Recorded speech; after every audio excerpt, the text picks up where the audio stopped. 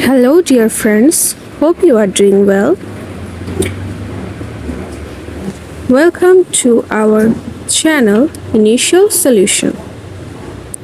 In this video, I will show you how to add green screen on your image or video. First of all, go to the CapCut app. Select New Project. Select green screen.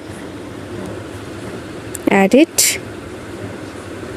Now tap on the overlay option.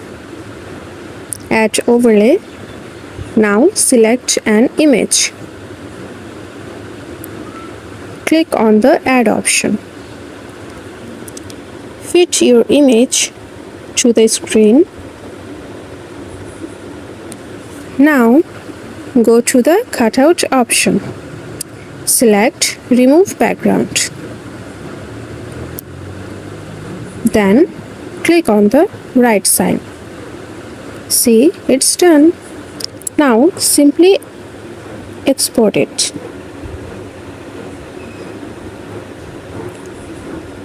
Thanks for watching the video, guys. If you like this video, please subscribe to our channel and hit the bell icon.